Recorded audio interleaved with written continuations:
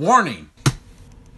The following video will cover the topic of sex, abuse, and said abuse on children. Like, the worst kind. If you are not comfortable listening about these subjects, then feel free to leave this video. Mom, that means you too. But for those who wish to stay, you are about to witness a true literary disaster. I need a vacation.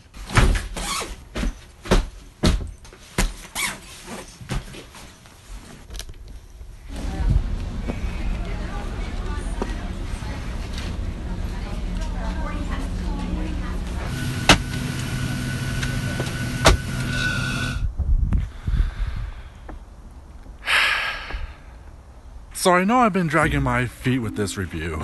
This book is, it's making me go down some really dark rabbit holes. That's why I wanted to do that Star Wars vlog. I just needed something happy to get me through a lot of, ew. Do you remember when I talked about Piers Anthony?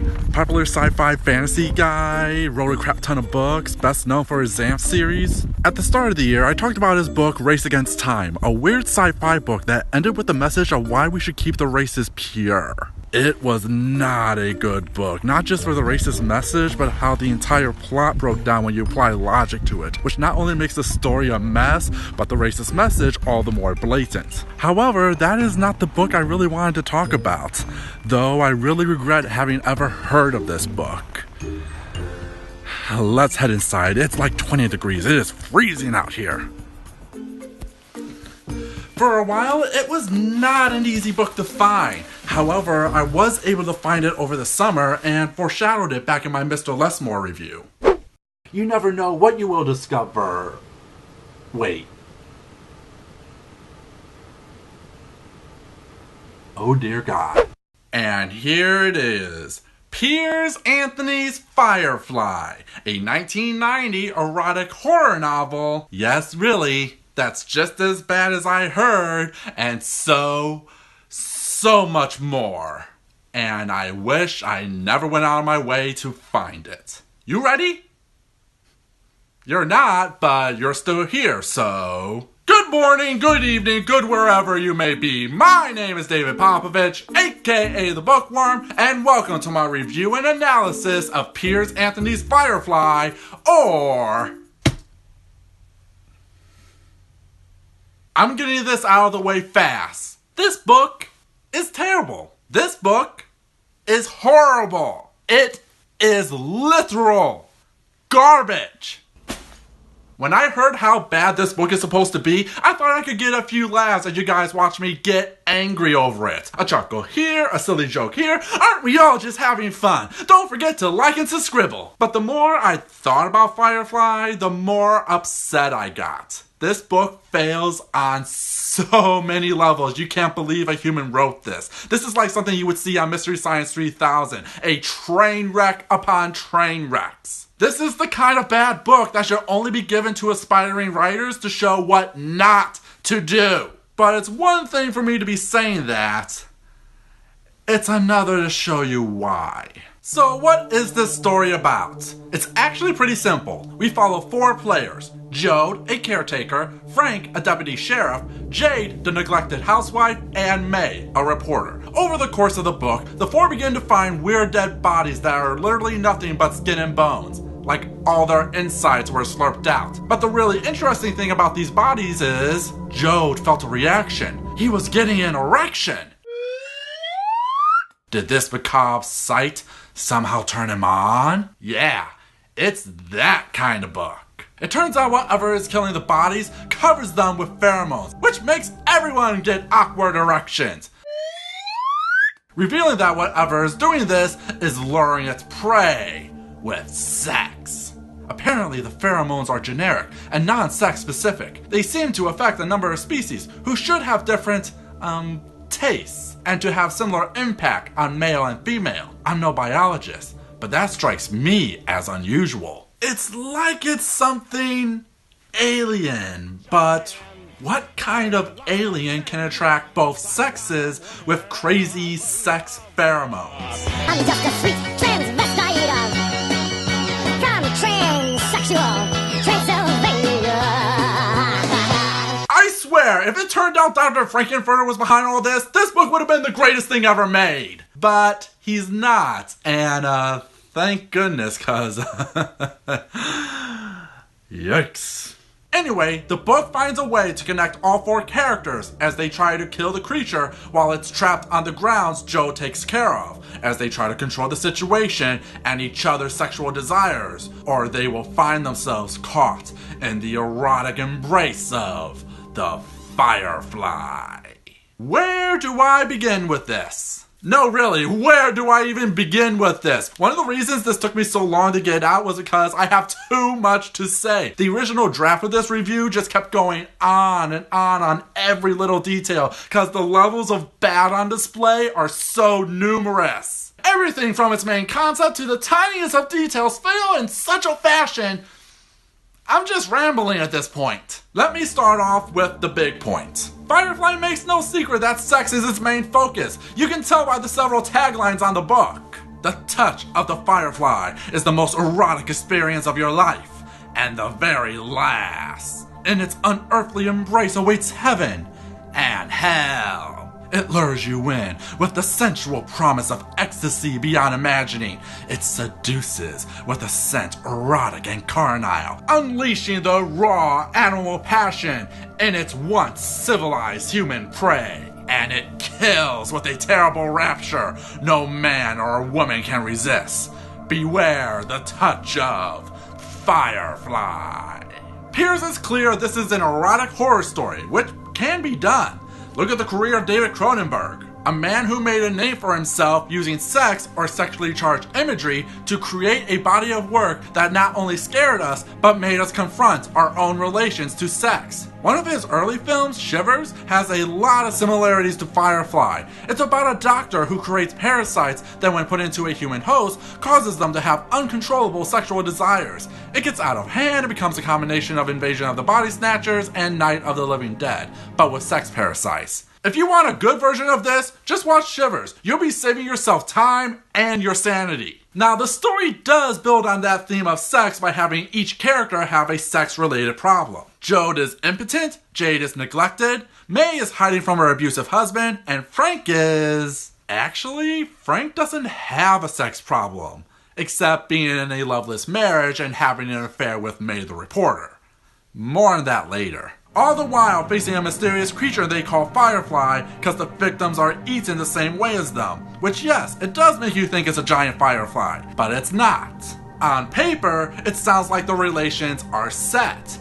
But in execution, it becomes very clear that the Firefly is nothing more than a prop. It's actually barely in the story at all. While the book bills itself as a sci-fi erotic horror novel, in reality, Pierce just uses the Firefly like Peter Benchley uses the shark in Jaws. Not so much to build on theme or connection with the characters, it's only used so our 4 players can be in one location and then be paired off, mainly focusing on the impotent Jode and neglected Jade's budding romance. I am not even joking. A good portion of this book is a straight up romance novel about these two. And the execution is on par with Twilight. If you think that makes the book tedious and boring, you would be correct. You are physically impotent. I am emotionally impotent. If I could give you what you truly want, you could be potent with me. You see, they are 2 broken people. It's a good romance novel. But the Firefly must be used for something, right? Well, that's where we go back to that failure of theme. Because while the characters are themed around sex, the Firefly is themed around environmentalism. How? Because it turns out the mysterious Firefly is actually a giant sea amoeba that adapted to survive on land due to man's pollution and is just feeding to create more amoeba. Now, the environmental message just doesn't come out of nowhere. There are several, not way too many times up here talking about the beauty of Florida. Oh yeah, the book takes place in Florida. By the way, did I mention Piers lives down in Florida? But this leads to a serious disconnect. Just compare this to, say, It. Its main theme is about abuse and fear, and it's able to show that through the individual characters as well as the monster, creating a constant theme. This is the opposite of that, leaving us disconnected, making the plot flimsy when put under scrutiny, and boring because the writing is just terrible.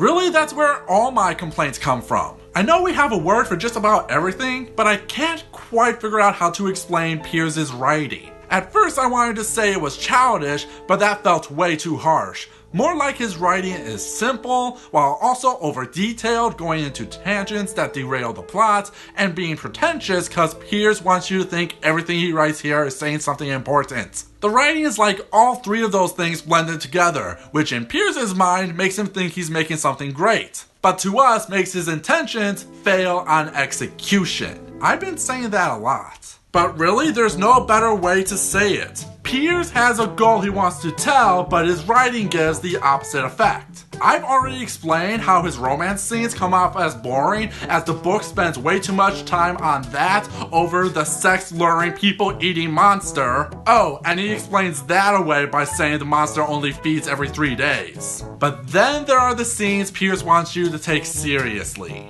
Like when Jade moves in with Joe to hide from the monster, treating it like a fairy tale of a peasant walking into a magical kingdom. And one of the ways he explains that, the water in it was blue. When she urinated, the water turned green. When she flushed it, dark blue flooded in, banishing the green. The relatively colorless act of elimination had become colorful. The dude just made peeing seem magical. And if that's not enough, when he finally lets us see the Firefly in action in what is supposed to be a horror scene, well, just look. The Firefly, it had somehow come up behind him. It had extended a pseudopod into his pants and gotten into his ass. It was cornholing. Oh my god. For those in the back, Piers wrote a scene where a man gets tentacle raped in the ass to death, and he uses the word cornhole. Are you seeing what I mean? And you know, if this was it, I wouldn't have much of a problem. It's bad, but the fun kind of bad. The get together with your pals to riff on bad. Honestly, this almost made up for the pedo shit. Oh yeah. I guess I need to talk about that now. This is why it's taken me so long to get this review out. I have so much to say about this, but so little. So, let's cut to the chase first. In the book, Jay tells sexy stories both as metaphors about her past, Piers' views on sex, and more likely than not, Piers' rejected short stories. While in the plot, it's in hope to get Joe his fabled erection. One of those stories is a 10-page scene featuring a 5-year-old girl having sex with a fully grown man. And you are told every detail. Every little, tiny, intimate detail. It's one of the most horrifying things you could read, and Piers wants you to think it's romantic. Why? Cause along with saying man shouldn't pollute or we'll doom ourselves to giant sea sex-eating amoeba, Piers also thinks we shouldn't hate on pedos as long as it's consensual. Really? Oh Lord, where to begin? First in how all of this is told. Instead of Jay just telling the story directly, she instead tells it through a courtroom, then the courtroom brings up a filmed interview of the girl, then the girl tells the story. That's a lot of framing that backfires because the book loves to talk about how amazing of an actor the little girl is, like she's a future Meryl Streep. Also, she needs to perform on the interviewee to show what happened. Second, the point of their relationship being consensual is bollocks. During and after the story, no one brings up how bad the pedo is. No one. At all. Not a single person. The idea being that the father and brother started the sexual abuse, making her feel unloved. While with this guy, they were lovers in the truest sense. Age no barrier.